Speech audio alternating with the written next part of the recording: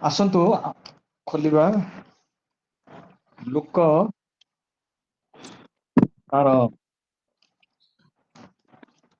13 ପର୍ବ ଲୁକ ଲିଖିତ ସୁସମାଚାର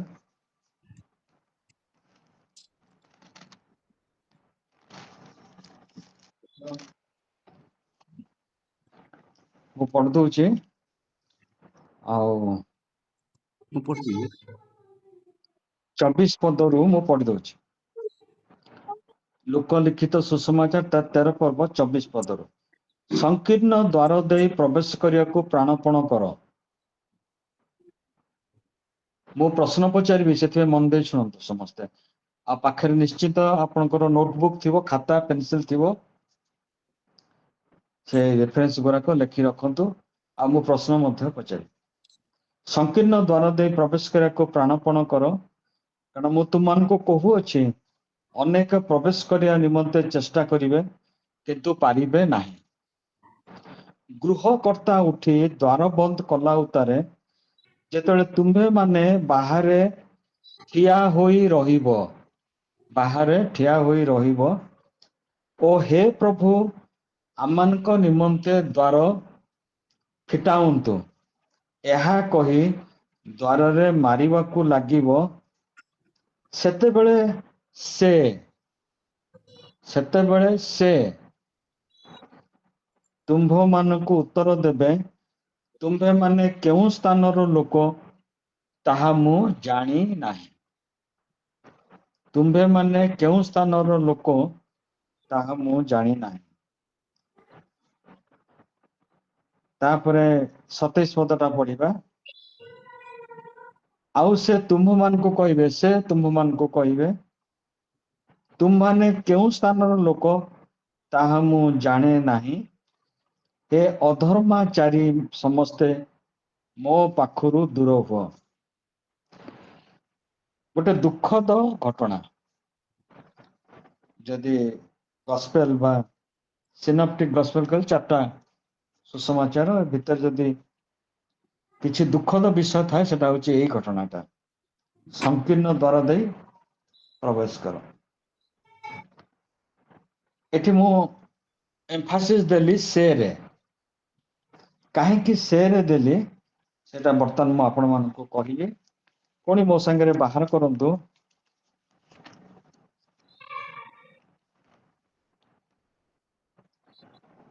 ମାଥିଉ 7 ପର୍ବ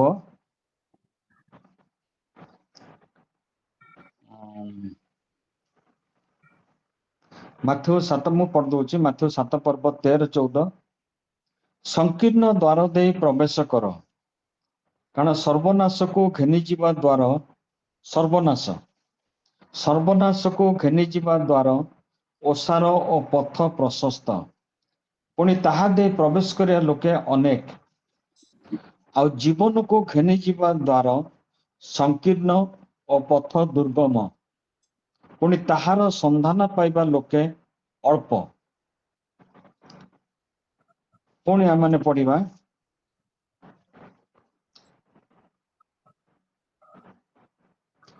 21। ମୋତେ ପ୍ରଭୁ ପ୍ରଭୁ ବୋଲି ଡାକନ୍ତି, ଏପରି ପ୍ରତ୍ୟେକ ସ୍ୱର୍ଗ ରାଜ୍ୟରେ ପ୍ରବେଶ କରିବେ ନାହିଁ। ସେମ୍ ଘଟଣା ମାଥିଉ ଲେଖିଛନ୍ତି, ଲୁକ ଲେଖିଛନ୍ତି।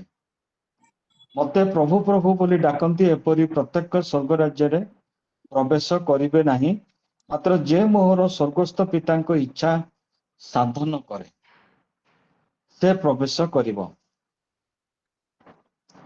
ସେଦିନ ଅନେକ ମୋତେ କହିବେ, ହେ ପ୍ରଭୁ, ଆମ୍ଭେମାନେ କି ତୁମ୍ଭ ନାମରେ ଭାବବାଣୀ କହିଲୁ ନାହିଁ? ପୁଣି ତୁମ୍ଭ ନାମରେ କି ଭୂତମାନଙ୍କୁ ଛଡାଇଲୁ ନାହିଁ? ଆଉ ତୁମ୍ଭ ନାମରେ କି ଅନେକ ଶକ୍ତିର କାର୍ଯ୍ୟ କଲୁ ନାହିଁ? ସେତେବେଳେ ମୁଁ,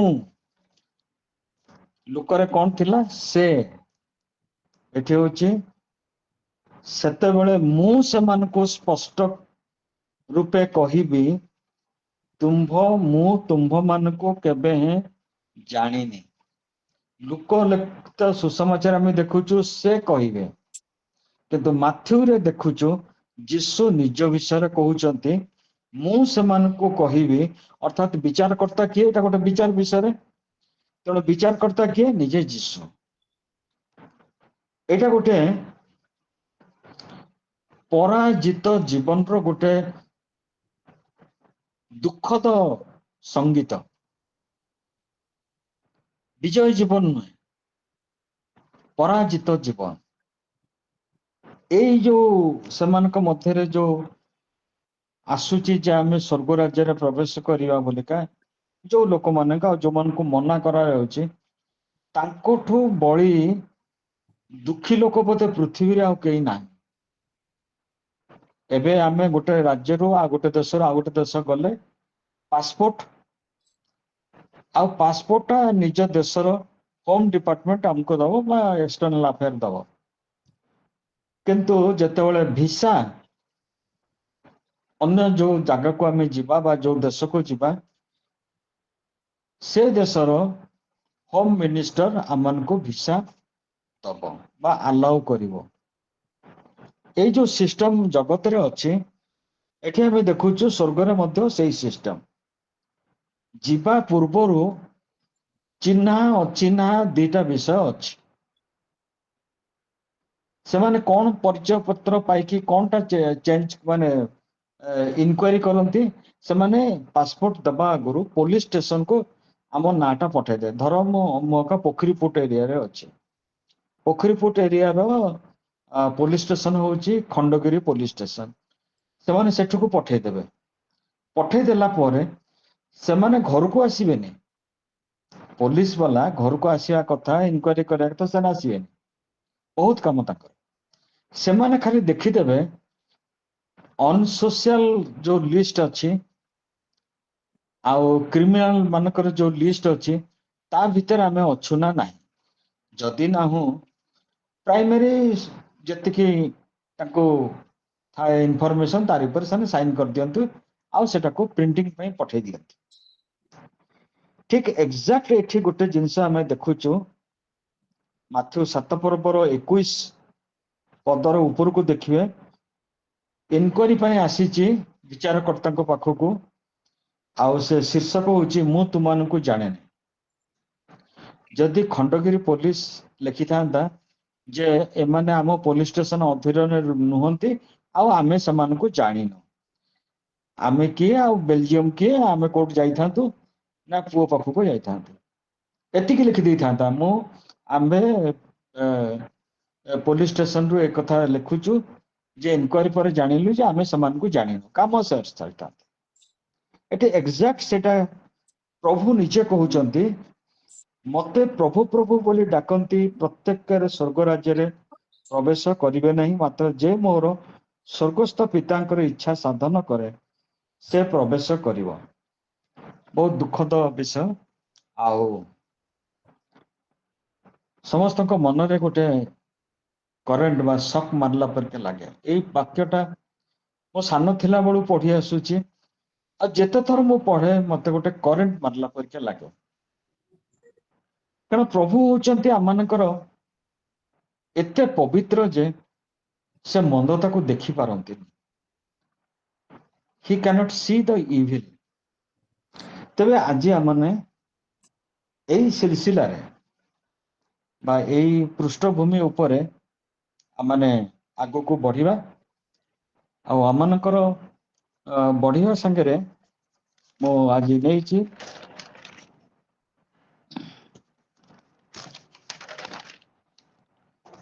ତିମୋଥୀ କ ପୁସ୍ତକ ଆଉ ହିବ୍ରୁରୁ ଦିଟା ପ୍ରଥମ ଆଗେ ହିବ୍ରୁଟା ପଢି ଦଉଛି ବା ଏବ୍ରି ପୁସ୍ତକ 4 ପର୍ବର 11 ପଦ ଏବ୍ରି 4 ପର୍ବର 11 ପଦ ଏଣୁ ଆସ ଆମେମାନେ ସେହି ବିଶ୍ରାମରେ ପ୍ରବେଶ କରିବାକୁ ଯତ୍ନ କରୁ ମନେ ରଖିଥାନ୍ତୁ ଲେଖନ୍ତୁ ପ୍ରଥମ ୱାର୍ଡ ହଉଛି ଯତ୍ନ ଯେପରି କୌଣସି ଲୋକ ଅବାଧ୍ୟତାର ସେହି ଦୃଷ୍ଟାନ୍ତ ଅନୁସାରେ ପତିତ ନ ହୁଏ ଅବାଧ୍ୟତା ତାପରେ ସେଇ ଏବ୍ରି ପୁସ୍ତକ 10 ପର୍ବର 26 10 ପର୍ବର 26, 27, 29। କାରଣ ସତ୍ୟ ଜ୍ଞାନ ଲାଭ କରିବା ପରେ ଯଦି ଆମେ ମାନେ ସ୍ୱେଚ୍ଛା ପୂର୍ବକ ପାପ କରୁଥାଉ, ମୋର ଭଏସ ଟା ଶୁଭୁଛି ଠିକ ରେ ବୁଝିପାରୁଛନ୍ତି ଆପଣ ମାନେ? ହଁ କାରଣ ଭାଇ, ହଁ ଭାଇ। ସତ୍ୟ ସତ୍ୟ ଜ୍ଞାନ ଲାଭ କରିବା ପରେ ଯଦି ଆମେ ମାନେ ସ୍ୱେଚ୍ଛା ପୂର୍ବକ ନିଜ ଇଚ୍ଛା ଅନୁସାରେ ପାପ କରୁଥାଉ ମାନେ ପ୍ରେଜେଣ୍ଟ କଣ୍ଟିନ୍ୟୁଅସ୍, ତେବେ ପାପାର୍ଥକ ବଳି ଆଉ ଅବଶିଷ୍ଟ ନଥାଏ। ଅର୍ଥାତ୍ ହିବ୍ରୁର ଯିଏ ରାଇଟର, ସେ ଓଲ୍ଡ ଟେଷ୍ଟମେଣ୍ଟ ଅନୁସାରେ ସେ ସ୍କଲାର ବା ଥେଲୋଜିକାଲ ସ୍କଲାର, ସେଇ ସମୟରେ ପାପ ପାଇଁ ପାପାର୍ଥକ ବଳି ଦିଆ ହଉଥିଲା। ଆଉ କିଛି ପାପାର୍ଥକ ବଳି ଦିଆ ହେଇ ପାରିବନି, କାରଣ ଆମେ ନିଜ ଇଚ୍ଛାରେ ପାପ କରୁଛୁ। 27 ବରଂ ବିଚାରର ଏକ ପ୍ରକାର ଭୟଙ୍କର ପ୍ରତୀକ୍ଷା ଓ ବିପକ୍ଷ ମାନଙ୍କୁ ଗ୍ରାସକାରୀ ଅଗ୍ନିର ପ୍ରଚଣ୍ଡତା ଅବଶିଷ୍ଟ ଥାଏ। ପ୍ରଚଣ୍ଡତା, ଗ୍ରାସକାରୀ ଅଗ୍ନି, ପ୍ରଚଣ୍ଡତା ଅବଶିଷ୍ଟ ଥାଏ। ପ୍ରଚଣ୍ଡ ଗ୍ରାସକାରୀ ଅଗ୍ନି କୋଉଠି ଦେଖା ଯାଇଥିଲା ପୃଥିବୀରେ? ବାକ୍ୟରେ ଲେଖା ହେଇଛି ବାଇବଲରେ, ଗ୍ରାସକାରୀ ଅଗ୍ନିର ପ୍ରଚଣ୍ଡତା କୋଉ ସ୍ଥାନରେ ଦେଖା ଯାଇଥିଲା? ଓଲ୍ଡ ଟେଷ୍ଟମେଣ୍ଟରେ ଅଛି।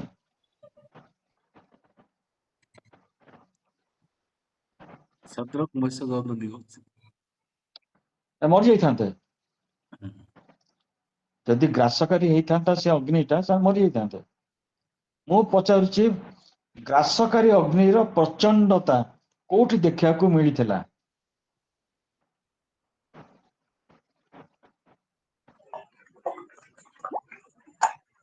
ଚାଲ ହଁ ଦେବରାଜ ଭାଇ କଣ କହୁଥିଲେ?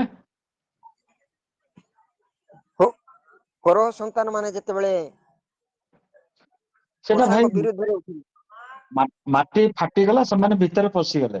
ମୁଁ ହଁ ପଚାରୁଛି ମୁଁ ପଚାରୁଛି ଗ୍ରାସକାରୀ ଅଗ୍ନିର ପ୍ରଚଣ୍ଡତା କୋଉଠି ଆମେ ଓଲ୍ଡ ଟେଷ୍ଟମେଣ୍ଟରେ ଦେଖିଛୁ? ସଦମ ମୂଷାଙ୍କ ଗମରା ବିରୁଦ୍ଧରେ ଯେତେବେଳେ କିଏ ବଚସା ପ୍ରତିମା କଲେ, ଭଉଣୀ କଣ କହିଲେ? ସଦମ ଗମରାରେ ସଦମ ଗମରା, ଏକ୍ସାକ୍ଟଲି। ଆଉ କିଏ କଣ କହୁଛନ୍ତି ଦେବରାଜ ଭାଇ? ସିନାଇ ପର୍ବତ। ପ୍ରେଜ ଦ ଲର୍ଡ। କର୍ମିଲ ପର୍ବତ, ସିନାଇ ନୁହେଁ, କର୍ମିଲ ପର୍ବତ। ସେଇ ସିନାଇ ପର୍ବତରେ ଅଗ୍ନି କାହାକୁ ଗ୍ରାସ କରୁନଥିଲା? କର୍ମିଲ ପର୍ବତ। କର୍ମିଲ କର୍ମିଲ ପର୍ବତ, ପର୍ବତରେ ଏଲିଓ ଯୋଉ ପ୍ରାର୍ଥନା କଲେ ଆଉ ସେ ଅଗ୍ନି ଉପରୁ ଆସିଲା, ଏତେ ପ୍ରଚଣ୍ଡ ଆଉ ଗ୍ରାସକାରୀ ଥିଲା। ପଥର ଉପରେ ଥିବା ବଳି ପଶୁ, ସେଥିରେ ଯୋଉ କାଠ ଉପରେ ରଖା ହେଇଥିଲା କାଠ, ଯୋଉ ପାଣି ଗୁଡାକ ସେ କୁଣ୍ଡ ଚାରିପଟେ, ସେ ବେଦୀର ଚାରିପଟେ କୁଣ୍ଡ କରାହେଇକି ପାଣି ଦିଆଯାଇଥିଲା, ସେ ପାଣି ଗୋଟେ ସେକେଣ୍ଡରେ ସବୁ ଗୁଡାକ ଲେଖା ହେଇଛି ଚାଟିଦେଲା ବା ସଫା କରିଦେଲା। ଏଇ ଯୋଉ ହିରୋସୀମା ନାଗାସାକି ଉପରେ ଆଟମ ବମ୍ ଆମେରିକା ପକେଇଥିଲା, ଏବେ ବର୍ତ୍ତମାନ ଆମର ଗ୍ରୀଷ୍ମ ସମୟରେ ଓଡିଶାର କୋଉ ଜାଗା, ଝାରସୁଗୁଡା, ଟିଟିଲାଗଡ଼, ଏଇ ସବୁରେ 46 ଡିଗ୍ରୀ ପର୍ଯ୍ୟନ୍ତ ବି ଚାଲି ଯାଉଛି। ଏବେ ଭାବନ୍ତୁ ଯଦି 100 ଡିଗ୍ରୀ ହବ କଣ ଅବସ୍ଥା ହବ? ଭାବନ୍ତୁ ଯଦି 500 ଡିଗ୍ରୀ ହବ ଟେମ୍ପରେଚର କଣ ହବ? ଭାବନ୍ତୁ ଯଦି 1000 ଡିଗ୍ରୀ ହବ କଣ ହବ? ଆମେ ଯେମିତି ଅଛୁ ସେମିତି ଥିବା, ଖାଲି ପାଉଁଶ ଟା ଝଡିଯିବ। ଏଇ ଯୋଉ କଂକ୍ରିଟ ର ଘରେ ଆମେ ବସିଛୁ, ସେ କଂକ୍ରିଟ ଗୁଡାକ ଜଷ୍ଟ ଏମିତି ଧୂଳି ପରିକା ଝଡିଯିବ। ସେଇ ଟେମ୍ପରେଚର ଟା ପ୍ରଭୁ ପଠେଇଥିଲେ ସ୍ୱର୍ଗରୁ, ଏତେ ଫୋକସ୍ଡ ଆଉ ଏତେ କାଲକୁଲେଟେଡ ୱେରେ ସେ ଆସିଲା, ପାଖ ଆଖ ଲୋକ କାହାର କିଛି କ୍ଷତି ହେଇନି। ସେଇ ଯୋଉ କର୍ମିଲ ପର୍ବତରେ କେହି କିଛି ଅସୁବିଧାରେ ପଡିନାହାନ୍ତି, ମାତ୍ର ସବୁ ବସ୍ତୁ ଗୁଡାକ ସେ ଜାଳିକିରି ସଫା କରିଦେଲା। ଏଠି ବାକ୍ୟରେ ଲେଖା ହଉଛି ଗ୍ରାସକାରୀ ଅଗ୍ନି ର ମୁଁ ଏଇଟା କହିବାର ଏତେ ସମୟ ନବାର ମାନେ ହଉଛି ବିଚାରଟା କେତେ ବଡ ଗୁରୁତର ବିଷୟ ଆମମାନଙ୍କୁ ଚିନ୍ତା କରିବାକୁ ଆଜିଠୁ ଦରକାର। ପବିତ୍ର ଆତ୍ମାଙ୍କ ଦ୍ୱାରା ଚାଳିତ ହେଇକି ମୁଁ ଆଜି ଏ ସବଜେକ୍ଟଟା ନେଲି, ନହେଲେ ମୁଁ ଭିନ୍ନ ସବଜେକ୍ଟ ପାଇଁ ଚିନ୍ତା କରୁଥିଲି। ଏଭ୍ରି 10 ପର୍ବର 27ଟା ଆଉଥରେ ପଢୁଛି। ବରଂ ବିଚାରର ଏକ ପ୍ରକାର ଭୟଙ୍କର ପ୍ରତୀକ୍ଷା, ଭୟଙ୍କର ବୋଲି ୱାର୍ଡ ଲେଖା ହଉଛି,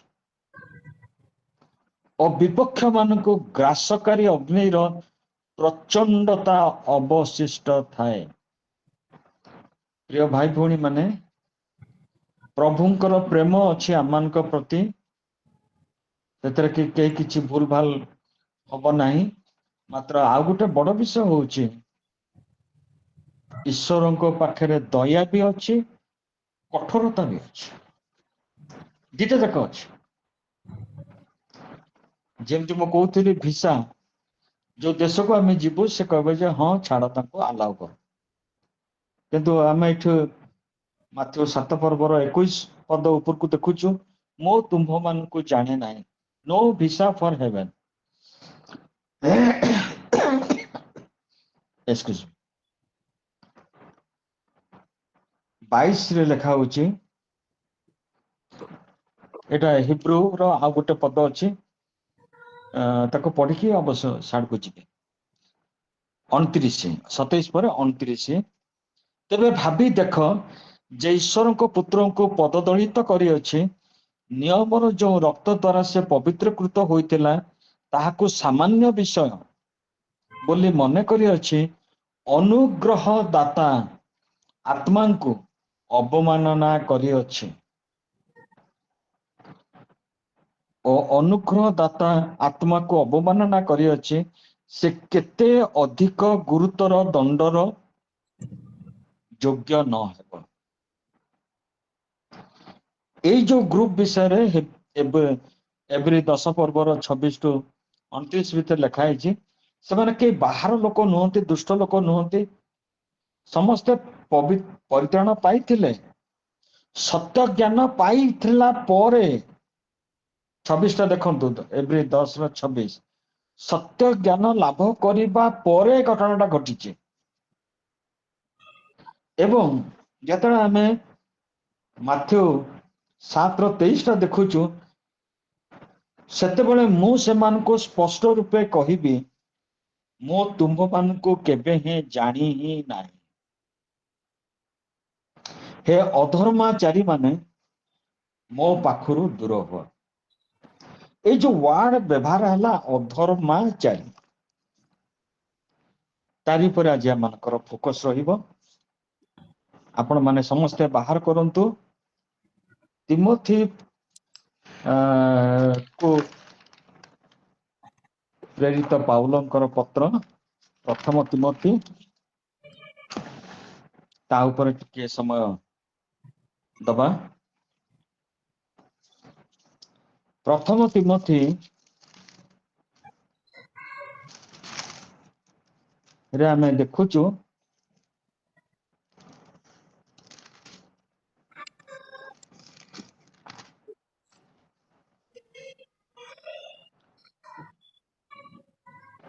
ତିମୋଥିଙ୍କୁ ପାଉଲ ଏଫିସି ମଣ୍ଡଳୀର ପାଷ୍ଟର କରିକି ନିଯୁକ୍ତି ଦେଲେ ଏବଂ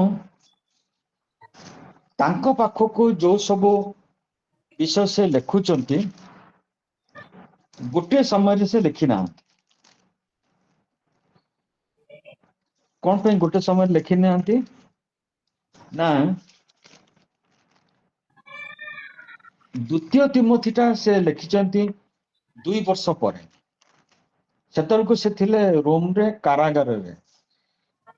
ପ୍ରିଜନ ଏପିସଲ୍ସ ବୋଲିକା 5ଟାକୁ ଆମେ ଆଖ୍ୟା ଦଉ, ସେଥିରୁ ତିମୋଥିକୁ ଯୋଉ ଦ୍ୱିତୀୟ ତିମୋଥିଟା ସେଟା ହଉଛି ସେ ପ୍ରିଜନ ଏପିସଲ୍ସ। ଏଠି ଗୋଟେ ବିଶେଷ ବିଷୟ ଆମେ ଦେଖୁ, ପ୍ରଥମ ତିମୋଥୀ ତାର 5 ପର୍ବରେ ମଣ୍ଡଳୀ ପ୍ରତି ଆଦେଶ। ତିମୋଥୀଙ୍କୁ ପାଉଲ ପାଷ୍ଟର କରିକି ପଠେଇଲେ, କିନ୍ତୁ କିଛିଟା ଆଦେଶ ତାଙ୍କୁ ଦଉଛନ୍ତି। କୋଉଠୁ? ଯେ ସେ ଗୋଟେ ୟଙ୍ଗ ପିଲା, ତାଙ୍କୁ ସେ କିଛିଟା ପରାମର୍ଶ ଦଉଛନ୍ତି ଏବଂ ସେ ପରାମର୍ଶ ଭିତରେ ଆମ ପାଇଁ ବହୁତ ଶିଖିବାର ବିଷୟ ଅଛି। ପ୍ରଥମଟା ଦେଖନ୍ତୁ, ଏଇ ଯୋଉ ଅଧର୍ମାଚାରୀ ମାନଙ୍କର ଯୋଉ ଗୁଣ ବିଷୟରେ ଆମେ ଦେଖିବା, ସେଟା ହଉଛି ପ୍ରଥମ ତିମୋଥୀ 5 ପର୍ବର 6 ପଦ, ଭୋଗାଭିଳାଷରେ ଆସକ୍ତ। ଆସକ୍ତ କହିଲେ ତାକୁ କେମିତି ବୁଝିବା? ଆସକ୍ତ କହିଲେ ହଉଛି ଆମେ ଆଟ୍ରାକ୍ଟେଡ, ଭୋଗ ବିଳାସ, ଲକ୍ଜରିୟସ୍ ଲାଇଫ ଏନ୍ଜୟ କରିବା ପାଇଁକା ଯୋଉ ଆମର ଚିନ୍ତାଧାରା ଥାଏ, ତାକୁ କହନ୍ତି ଭୋଗାଭିଳାଷରେ ଆସକ୍ତ। ତାପରେ ଆମେ ଦେଖୁଛୁ 11 ପଦ, କାମାଭିଳାଷରେ ଆସକ୍ତ। ଏ ଅଧର୍ମାଚାରୀ ମାନଙ୍କର ଯୋଉ ବିଶେଷ ଗୁଣ ଗୁଡାକ ଏଇ ତିମୋଥୀରେ, ଆଉ ପାଉଲ ତିମୋଥୀଙ୍କୁ ଲେଖୁଛନ୍ତି ମଣ୍ଡଳୀ ପ୍ରତି ଆଦେଶ, ଯୋଉ ଟାଇଟଲଟା ଅଛି ତା ଦେହରେ। ପ୍ରଥମଟା ହଉଛି ଭୋଗ ବିଳାସରେ ଆସକ୍ତ। 11 ପଦରେ ଆମେ ଦେଖୁଛୁ କାମ ବିଳାସରେ ଆସକ୍ତ। ତାପରେ ଆମେ ଦେଖୁଛୁ 14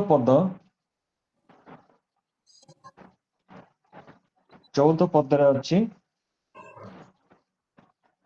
ଅତଏବ ମୋହର ଇଚ୍ଛା, ସେଇ ଯୋଉଟାରେ ନିନ୍ଦା କରିବା ପାଇଁ ଶତ୍ରୁକୁ କୌଣସି ସୁଯୋଗ ନ ଦିଅନ୍ତୁ। ଆମକୁ ନିନ୍ଦା କରିବା ପାଇଁ କେହି ଗୋଟେ ଲୋକ ଯେମିତି ଆମେ କାହାକୁ ସୁଯୋଗ ଦବାନି। ଏବଂ ସେଇ ଜିନିଷଟା ତିମୋଥୀର 6 ପର୍ବର 14ରେ ଲେଖା ହେଇଛି, ତୁମ୍ଭେ ଆମମାନଙ୍କ ପ୍ରଭୁ ଯୀଶୁ ଖ୍ରୀଷ୍ଟଙ୍କ ଆଗମନ ପର୍ଯ୍ୟନ୍ତ ଧର୍ମ ବିଧି ପାଳନ କରି ନିଷ୍କଳଙ୍କ ଅନିନ୍ଦନୀୟ ହୋଇ ରୁହ। ଆମେ ଯଦି ସେ ଅଧର୍ମାଚାରୀ ମାନଙ୍କର ଗ୍ରୁପରେ ନ ଆସିବାକୁ ଇଚ୍ଛା କରୁଅଛୁ, ଆମମାନଙ୍କୁ ଅନିନ୍ଦନୀୟ ହେଇକିରି 5 ପର୍ବର କୁହାଗଲା ତମ ବିଷୟରେ କେମିତି କେହି ଗୋଟେ ନିନ୍ଦା ନ କରୁ, କିନ୍ତୁ 6 ପର୍ବରେ କୁହାଗଲା 14 ପଦରେ ଧର୍ମବିଧି ପାଳନ କରି ନିଷ୍କଳଙ୍କ ଅନିନ୍ଦନୀୟ ହୋଇ ରୁହ। ଶେଷ ପର୍ଯ୍ୟନ୍ତ ଅନିନ୍ଦନୀୟ ହେଇକି ରହିବା, ସେଇଟା ହଉଛି ପାଳକ ମାନେ ତାଙ୍କର ମଣ୍ଡଳୀରେ ଚେତାଇ ଦେବେ। ତାପରେ ଆମେ ଦେଖୁଛୁ ଆସକ୍ତି 2 ରକମ ଆମେ ଦେଖିଲୁ। ଗୋଟେ ହଉଛି ଭୋଗ ବିଳାସରେ ଆସକ୍ତ, କାମ ବିଳାସରେ ଆସକ୍ତ। ଏଠି ଆମେ ଦେଖୁଛୁ ଆଉ ଗୋଟେ ଆସକ୍ତ 6 ପର୍ବର 10 ପଦ, କିନ୍ତୁ 10 ପଦଟା କମ୍ପ୍ଲିଟ ହବନି 9 ପଦ ନ ପଢିଲେ। ମାତ୍ର ଯୋଉମାନେ ଧନୀ ହେବାକୁ ଇଚ୍ଛା କରନ୍ତି, ସେମାନେ ପରୀକ୍ଷା ଓ ଫାନ୍ଦରେ ପଡେ ଅନେକ ପ୍ରକାର ଅସଙ୍ଗତ ଓ କ୍ଷତିଜନକ ଅଭିଳାଷରେ ପଡନ୍ତି। ଭୋଗ ବିଳାସ, କାମ ବିଳାସ ଆଉ ଅସଙ୍ଗତ କ୍ଷତିଜନକ ଅଭିଳାଷ, ଏଇ ସବୁ କଣ କରେ? ମନୁଷ୍ୟକୁ ଧ୍ୱଂସ ବିନାଶ ସାଗରରେ ମଗ୍ନ କରେ। ଆଉ ସେ ସ୍ୱର୍ଗ ଯିବ କୁଆଡେ? ସେ ଅଧର୍ମାଚାରୀ ହେଇଯାଏ।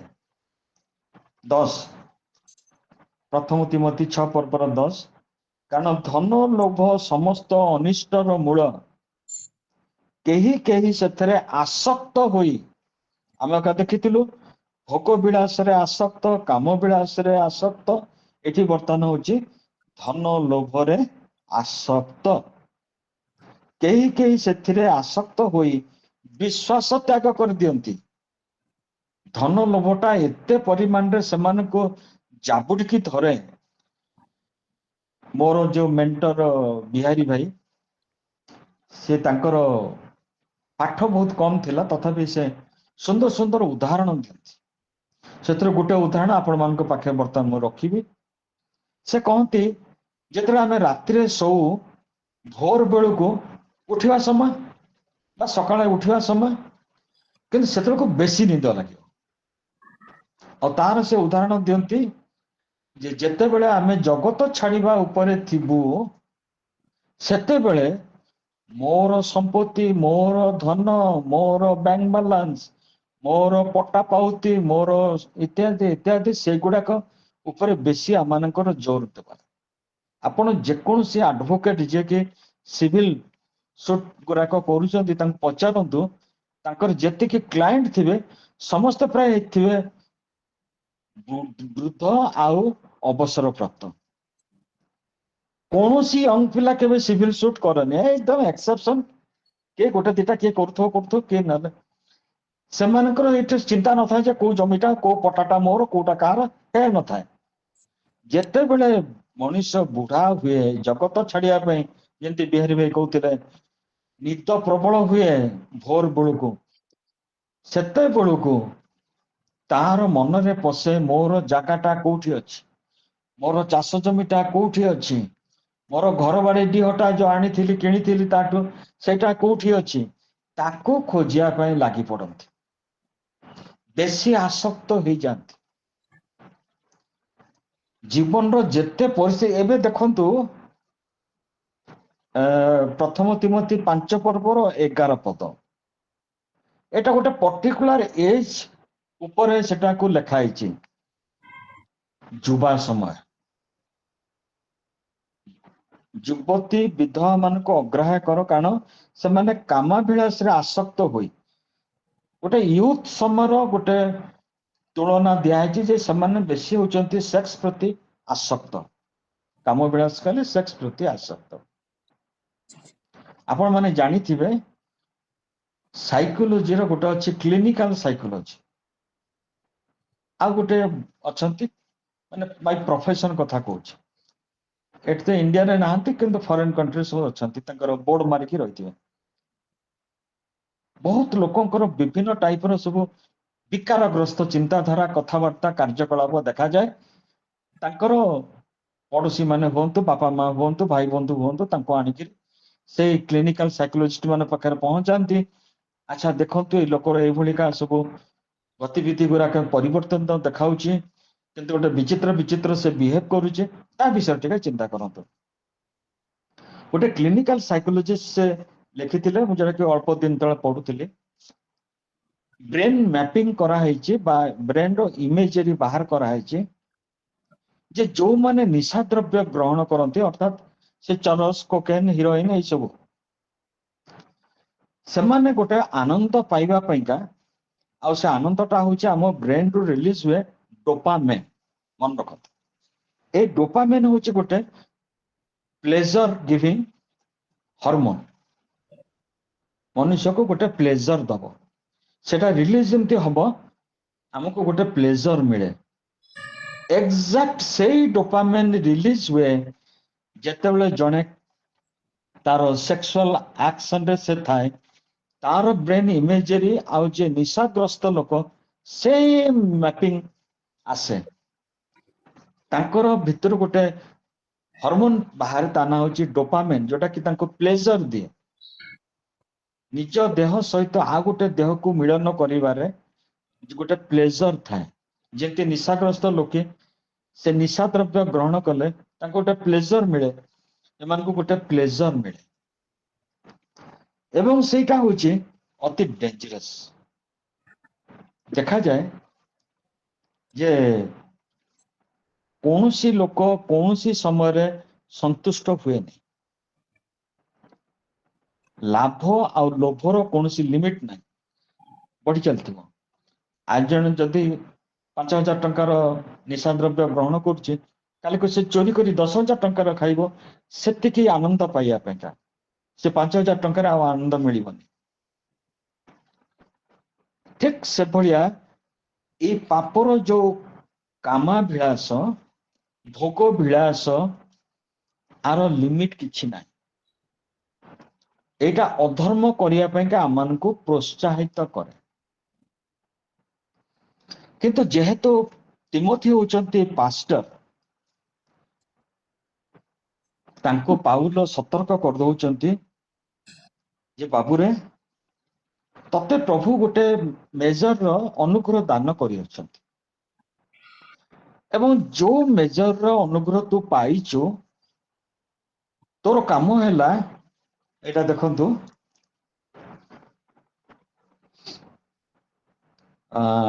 ପ୍ରଥମ ତିମୋଥୀ 6 ପର୍ବର 20 ପଦ। ହେ ତିମୋଥୀ ତୁମ୍ଭଠାରେ ଯାହା ସମର୍ପିତ ହୋଇଅଛି ତାହା ରକ୍ଷା କର। ସମର୍ପିତ ହେଇଛି ମାନେ ଅନୁଗ୍ରହ, ସେଇଟାକୁ ତୁମେ ରକ୍ଷା କର। ଏବଂ ଆଉ ଗୋଟେ ଜାଗାରେ ଆମେ ଦେଖୁଛୁ ସେଟାକୁ ସେ କହୁଛନ୍ତି ଦ୍ୱିତୀୟ ତିମୋଥୀ 1 ପର୍ବର 6,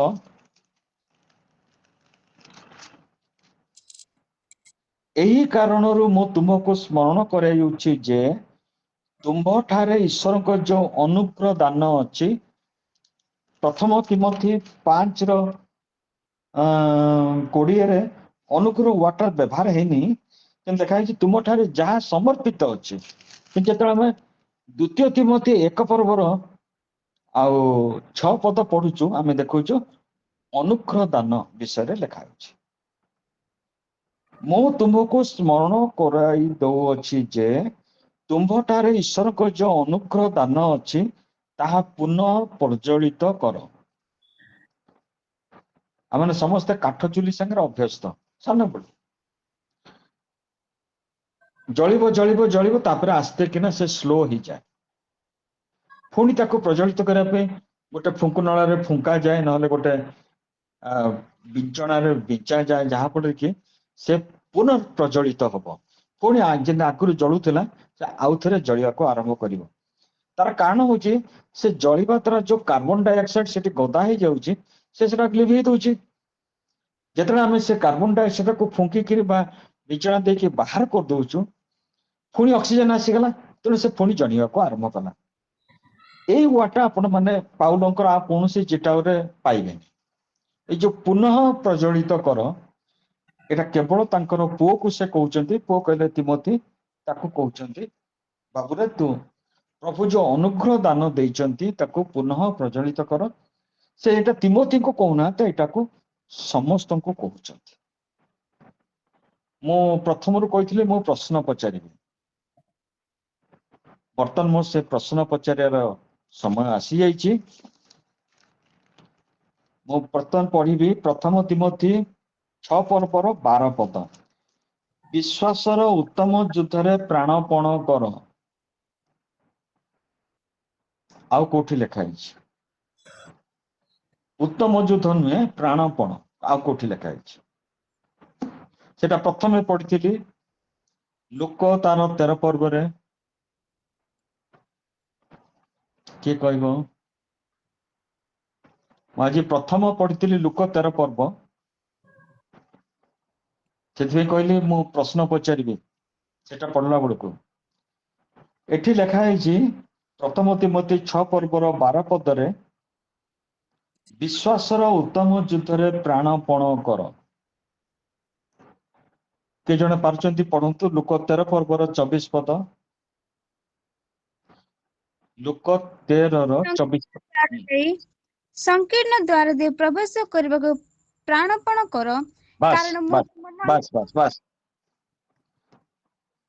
ସଂକୀର୍ଣ୍ଣ ଦ୍ୱାର ଦେଇ ପ୍ରବେଶ କରିବାକୁ ପ୍ରାଣପଣ କର। ପାଉଲ ତିମୋଥୀକୁ ଲେଖୁଛନ୍ତି ବିଶ୍ୱାସର ଉତ୍ତମ ଯୁଦ୍ଧରେ ପ୍ରାଣପଣ କର। ୱାର୍ଡ ଗୁଡାକ ମନେ ରଖନ୍ତୁ। ତାପରେ ଆମେ ଆଉ ଗୋଟେ ପଢିଲୁ ଯାହା ତମକୁ ସମର୍ପିତ ହେଇଛି ତାହାକୁ ପୁନଃ ପ୍ରଜ୍ୱଳିତ କର। ଆଉ 20 ପ୍ରଥମ ତିମୋଥୀ 6 ପର୍ବର 20ରେ କଣ ଲେଖା ହେଇଛି? ତୁମ୍ଭଠାରେ ଯାହା ସମର୍ପିତ ହୋଇଛି ତାକୁ ରକ୍ଷା କର। ଆମେ ଦେଖିଲୁ ଦ୍ୱିତୀୟ ତିମୋଥୀରେ ସମର୍ପିତ ହେଇଛି କଣ ନା ଅନୁଗ୍ରହ ଦାନ ପ୍ରଭୁଙ୍କୁ ତାଙ୍କୁ ସମର୍ପଣ କରାହେଇଛି, ତାକୁ ତୁମେ ଧରି ରକ୍ଷା କର।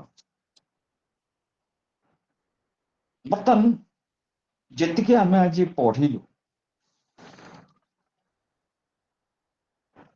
ଆମମାନଙ୍କର ପରାଜିତ ଜୀବନର କାହାଣୀ ହଉଛି ଆମର ଆସକ୍ତ, ଭୋଗ ବିଳାସ ପ୍ରତି ଆସକ୍ତି, କାମାଭିଳାଷ ପ୍ରତି ଆସକ୍ତି, ଧନୀ ହବା ପାଇଁକା ଆସକ୍ତି। ଇଏ ହଉଛି ଆମ ପରାଜୟର ମୁଖ୍ୟ କାରଣ। ବର୍ତ୍ତମାନ ଦେଖିବା ଯୋଉମାନେ ବିଜୟ କରିବେ ସେମାନଙ୍କ ବିଷୟରେ ଟିକେ ସାମାନ୍ୟ ଚିନ୍ତା କରିକି ଆଜିର ବାକ୍ୟକୁ ଶେଷ କରିବା। ଏଇ ଯୋଉ 7ଟି ମଣ୍ଡଳୀକୁ ପ୍ରକାଶିତରେ ବାକ୍ୟରେ ଲେଖା ହେଇଛି ସେଟା କେବଳ 2ଟି ପର୍ବରେ ରଖା ହେଇଛି। ପ୍ରତି ମଣ୍ଡଳୀକୁ ଲେଖା ହେଇଛି ପ୍ରକାଶିତ 2:7 ପଦ। ଯେ ଜୟ କରେ ତାହାକୁ ଆମେ ଈଶ୍ୱରଙ୍କ ପାରଦୀସରେ ଥିବା ଜୀବନ ବୃକ୍ଷର ଫଳ ଖାଇବାକୁ ଦେବୁ। ଯେ ଜୟ କରେ, ଏଟା କାହାକୁ ଲେଖା ହେଇଛି? ଏଫିସ ମଣ୍ଡଳୀକୁ। ସ୍ପୁର୍ଣ୍ଣା ମଣ୍ଡଳୀକୁ ଲେଖାଗଲା 11 ପଦରେ, ଯେ ଜୟ କରେ ସେ ଦ୍ୱିତୀୟ ମୃତ୍ୟୁ ଦ୍ୱାରା କୌଣସି ପ୍ରକାର କ୍ଷତିଗ୍ରସ୍ତ ହେବ ନାହିଁ। ପର୍ଗମ ମଣ୍ଡଳୀକୁ ଲେଖାଗଲା ସେଇ 2 ପର୍ବର 17 ପଦରେ, ଯେ ଜୟ କରେ ତାହାକୁ ଆମେ ଗୁପ୍ତ ମାନା ଦେବୁ, ପୁଣି ଯୋଉ ନାମ ଗ୍ରହଣକର୍ତ୍ତା ବିନା ଅନ୍ୟ କେହି ଜାଣେ ନାହିଁ, ଏପରି ନୂତନ ନାମ ଲିଖିତ ଏକ ଶ୍ୱେତ ପ୍ରସ୍ତର ତାହାକୁ ଦେବୁ ଯେ ଜୟ କରେ। ତାପରେ ଆମେ ଦେଖୁଛୁ ଥୁଆତିରା ମଣ୍ଡଳୀକୁ ତାର 26 ପଦରେ, ଯେ ଜୟ କରେ ଓ ଶେଷ ପର୍ଯ୍ୟନ୍ତ ଆମର କର୍ମ କରେ, ଆମେ ଯେପରି ଆମର ପିତାଙ୍କ ଠାରୁ କ୍ଷମତା ପ୍ରାପ୍ତ ହୋଇଛୁ ତାହାକୁ ମଧ୍ୟ ସେହିପରି ସମସ୍ତ ଜାତି ଉପରେ କ୍ଷମତା ଦବୁ। 3 ସାର୍ଦି ମଣ୍ଡଳୀ 3 ପର୍ବର 5 ପଦ, ଯେ ଜୟ କରେ ସେ ଏହି ପ୍ରକାର ଶୁକ୍ଳ ବସ୍ତ୍ର ପରିହିତ ହେବ, ଆମେ ଜୀବନ ପୁସ୍ତକରୁ ତାହାର ନାମ କୌଣସି ପ୍ରକାର ଲୋପ ନ କରି ଆମର ପିତା ଓ ଦୂତମାନଙ୍କ ସମ୍ମୁଖରେ ତାହାର ନାମ ସ୍ୱୀକାର କରିବୁ। ଏଇଟା ହଉଛି ଆମମାନଙ୍କ ପାଇଁକା ଆଜିର ଚିନ୍ତାଧାରା ପାଇଁ ଏଇଟା ହଉଛି ସମାଧାନର ବାଟ। ଯେ ଜୟ କରେ ତା ନାଁ ଜୀବନ ପୁସ୍ତକରୁ କଟାଯିବନି, ତାମାନେ ସେ ଭିସା ପାଇବ। ପାସପୋର୍ଟ ତ ମିଳିଛି, ପରିତ୍ରାଣ ଯୋଉଦିନ ପାଇଲୁ ଆମ ପାସପୋର୍ଟ ମିଳିଲା, ଭିସା ଲେଖା ହଉଛି ଆମେ ଜୀବନ ପୁସ୍ତକରୁ ତାହା ନାମ କୌଣସି ପ୍ରକାର ଲୋପ କରିବୁ ନାହିଁ। ତା ମାନେ ହଉଛି ଆମେ ତାକୁ କହିବୁନି ଏ ଅଧର୍ମାଚାରୀ, ମୁଁ ତତେ ଚିହ୍ନେନି ବୋଲିକା ଏଇ ୱାର୍ଡ ବିଚାରକର୍ତ୍ତା ତାକୁ କେବେ ହେଲେ କହିବେନି। ତାପରେ ଆମେ ଦେଖୁଛୁ ଫିଲାଡେଲଫିଆ ମଣ୍ଡଳୀ ସେ 3:12, ଯେ ଜୟ କରେ ଆମେ ତାହାକୁ ଆମର ଈଶ୍ୱରଙ୍କ ମନ୍ଦିରର ସ୍ତମ୍ଭ ସ୍ୱରୂପ କରିବୁ, ସେ ଆଉ ସେଠାରୁ ବାହାରକୁ ଯିବ ନାହିଁ। ଆମ୍ଭେ ଆମର ଈଶ୍ୱରଙ୍କ ନାମ ସ୍ୱର୍ଗରୁ ତାହାଙ୍କର ଆଗତ ଯୋଉ ନୂତନ ଜେରୁସାଲେମ ଆମର ଈଶ୍ୱରଙ୍କ ସେଇ ନଗରୀର ନାମ, ପୁଣି ଆମ ନିଜର ନୂତନ ନାମ ତାହା ଉପରେ ଲେଖିବା। ଆଉ କଣ ଦରକାର ଅଛି କହିଲେ ବନ୍ଧୁ ଭାଇ ଭଉଣୀ ମାନେ, ଆଉ କଣ ଦରକାର ଅଛି? ଯେ ଜୟ କରେ ତାକୁ ପ୍ରଭୁ କେବେ ହେଲେ କହିବେନି ହେ ଅଧର୍ମାଚାରୀ ତୁ ଏଠୁ ମୋ ଆଗରୁ ପଳା, ମୁଁ ତତେ ଚିହ୍ନେନି। ତା ପାଇଁ କେତେ ବଡ ବଡ ସବୁ ପ୍ରତିଜ୍ଞା ମାନେ ଆମେ ଦେଖୁଛୁ। 3:21, ଆମ୍ଭେ ଯେପରି ଜୟ କରି ଆମ ପିତାଙ୍କ ସହିତ ତାଙ୍କ ସିଂହାସନରେ ବସିଛୁ, ସେପରି ଯେ ଜୟ କରେ ଆମ୍ଭେ ତାହାକୁ ଆମ ସହିତ ଆମର ସିଂହାସନରେ ବସିବାକୁ ଦେବୁ। ସେ ରୋଦନ ଦନ୍ତର କିଳିମିଳିରେ ସେ ଆଉ ପକାଯିବନି। ରାଜ୍ୟର ଅନ୍ୟ ଲୋକମାନେ ଯେମିତି ବାହାରେ ପକାଯିବେ ସେମିତି ସେ ପଡିବନି। ସେ କାନ୍ଦି କାନ୍ଦି କବାଟରେ ମାରି ମାରି କହିବନି ଏ ପ୍ରଭୁ ଦ୍ୱାର ଖୋଲନ୍ତୁ, ଆଉ ଭିତରୁ ଆବାଜ ଆସିବନି ମୁଁ ତତେ ଚିହ୍ନେନି, ଏ ଅଧର୍ମାଚାରୀ ଏଠୁ ପଳା। ଆଜି ପ୍ରଭୁ ଆମମାନଙ୍କୁ ଆତ୍ମାଙ୍କ ଦ୍ଵାରା ସେଇ କଥା କହୁଛନ୍ତି। ଆମମାନଙ୍କ ଆଗରେ ସେଇ 2ଟି ବିଷୟ ଅଛି, ଗୋଟେ ପରାଜୟର ଜୀବନର ଗୋଟେ ଦୁଃଖଦ କାହାଣୀ, ଯୋଉଥିରେ କି ଆସକ୍ତ ତା ସହିତ ଜଡିତ, ଆଉ ଗୋଟେ ବିଜୟ ଜୀବନର ଗୋଟେ ସୁଖଦ କାହାଣୀ, ଯୋଉଥିରେ କି ଈଶ୍ୱର ଆମମାନଙ୍କୁ ଜୀବନ ପୁସ୍ତକରୁ ତାଙ୍କର ଆମର ନାଁ ସେ କାଟିବେ ନାହିଁ।